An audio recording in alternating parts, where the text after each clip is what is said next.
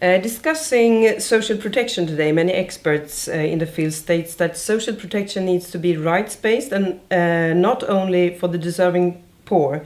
Magdalena Sepúlveda, UN Rapporteur on Extreme Poverty, you have also said today that the stigma of the poor has implications on the politics of social protection. What is this stigma and in what manner does it affect the politics?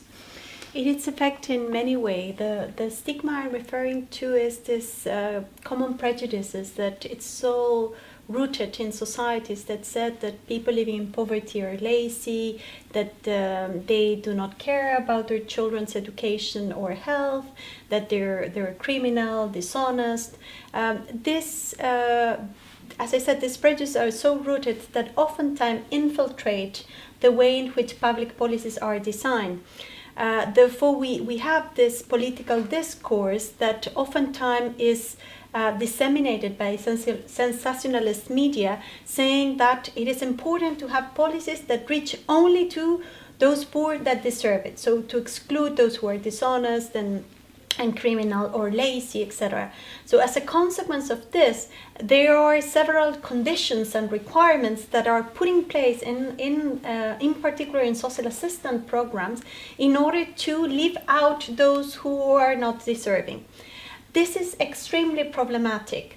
Why? Because first of all, this prejudice, it is a lack of understanding of the real obstacles that people living in poverty face to lift themselves out of poverty.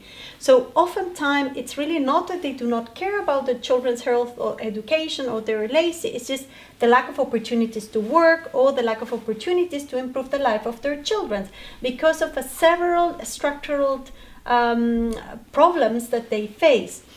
So in order to try to avoid those who are dishonest, we're making life for the great majority of people who are not dishonest much more difficult.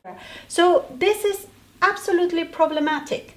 And we have to understand that in order to avoid, for example, that people not take advantage to the system, we cannot put the whole system in jeopardy and the whole rights of the great majority of people who are not going to try to defeat the system in jeopardy. So we have to change the approach.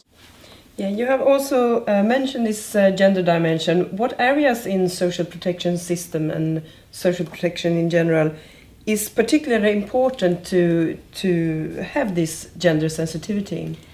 In all of them. The thing is that women and men have different vulnerabilities and risk to poverty. Therefore, social protection mechanism, social protection system should be designed, taking into account the different risks and vulnerabilities that men and women have. Also, what are the specific needs of women in their life in their life cycle as girls, as middle-aged, and as an older person. And also, what is the discrimination factor? What are the grounds in which women are discriminated against? Oftentimes, public policies, in particular social protection mechanisms, are designed as if they were gender neutral, that they will impact the same for men and women. And this is not the case. So we have to take care of this. Thank you very much, Magdalena Sepúlveda.